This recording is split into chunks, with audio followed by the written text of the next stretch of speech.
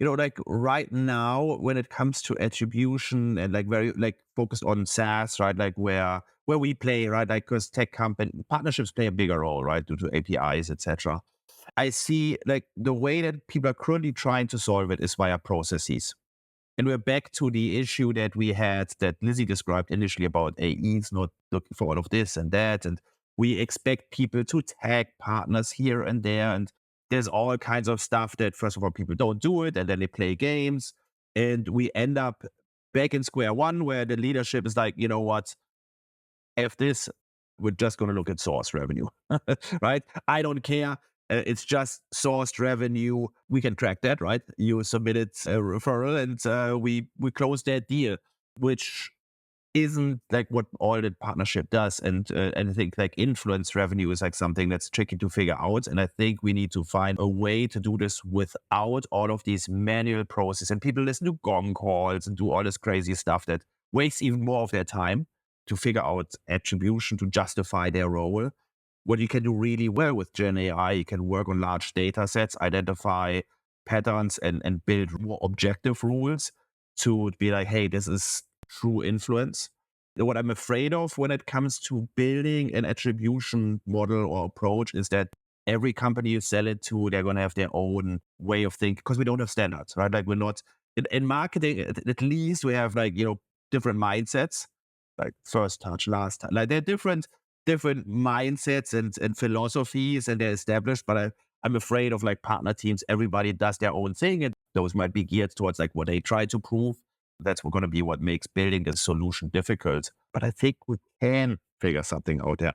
Yeah, it's like, can you build a tool where it allows companies, to Dimitri's point, like to input what their roles are, and does that help automate it? I mean, that seems easy and while I'm saying it, but challenging in actual practice.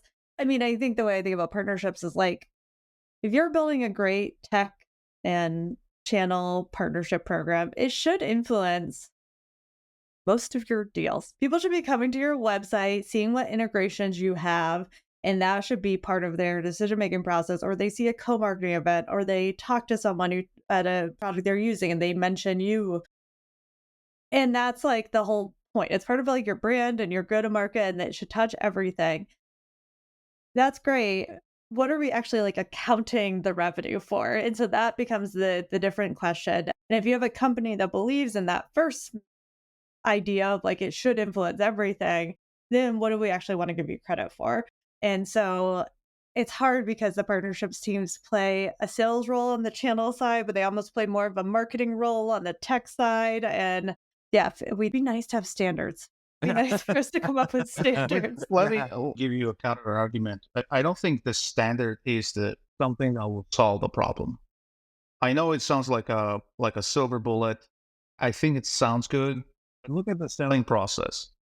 Quickly, this became ineffective, right? Like there was the standard thinking: you hire SDRs, bring AEs, and then just they bombarding people with the emails, phone calls, and that's how it goes.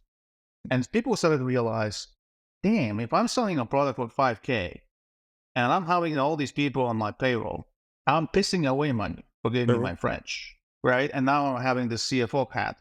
You have to go to the CRO or head of sales or someone who is managing these teams and say, hey, you better cut down that. Here we go. We have a PLG. Now, the PLG doesn't have a standard. You can use it as a utility or you can use it as a whole process. Because Mhm. as a utility, it's going to be addition to your existing process that was called standard. I think standard will always evolve. Actually, how I think about the attribution, there are two fundamental things that companies need to solve. And the one is the process, Mhm. another one is a function. Because, yeah, you say these are the steps, right? There's an element of telling people how it works. People tell you this, then you do this, and if that, and this, and this, and this, and this, and this, right? So typical logical steps diagram, right? And then as a function, I'll call it educational function, right? Educational element of your organization that is giving you an ability to learn. The first one, you can probably figure it out, you can tweak. The second one is really hard. As anything in education, takes time, but we didn't optimize the time. And that's why companies failing on attribution, because their function of educating is not working. That's my whole idea about the attribution problem. Yeah. So if you want to solve it, and I'll finish with that, you essentially need to build the tools that are enabling them in learning process, right? They need to start seeing that this is working or this isn't working.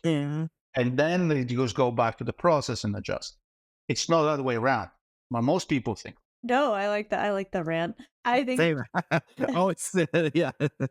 I think generative AI is actually like opening up that door to Yeah. hopefully be able to build the learnings or the insights and pull more out of it, to your point, Rob, and like how you're thinking about solving attribution.